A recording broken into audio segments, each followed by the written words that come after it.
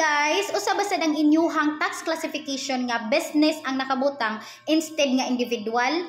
So karon guys, akong i-share ninyo no ang pamaagi kung giunsa nako pagbuhat nga nahimo siyang individual kay sa unang panahon business sad ang ako ang nabutang, then usa jud na sa problema jud kaayo no kay dili man ta makasahod diri sa meta ug dili na siya mahimong individual. So kini siyang akong itudlo ninyo is based sa akong experience, then effective pud siya sa ako kay after na ko ni siyang gibuhat nga pamaagi is nahimo jud siyang individual.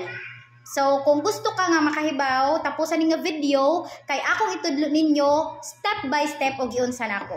So first mo adto ka sa imong professional dashboard, pangitaon nimo ang payouts, then i-click na nimo, i-click po ning add tax info, then add tax info, click nya, i-click ang continue. So diyan na ta din hino, nakita ninyo nga business jud na siya diha. So i-click lang ninyo ang no, diri sa select one no sa type of beneficiary owner corporation. Why laing i-click ha corporation. Kahuman i-click ng no, then next.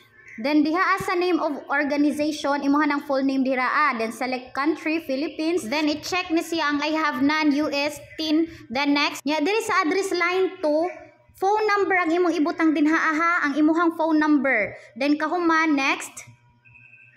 Then next ra gihapon nimo.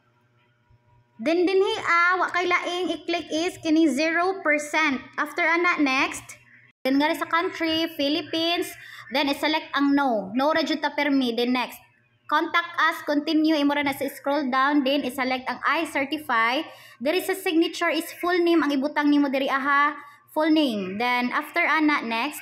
Then makita na nimo ang 8 ben, scroll down ra nimo og okay na gani ang imong information no, submit form. Then mga naka sa tax profile, okay na gani, pwede ra na nimo siya i-done. Then kahuman maabot na ka diri select the setting icon sa babaw, then boom, makita na nimo ang business type.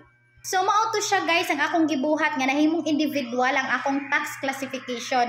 Hope ko nga effective po ni siya sa inyo ha.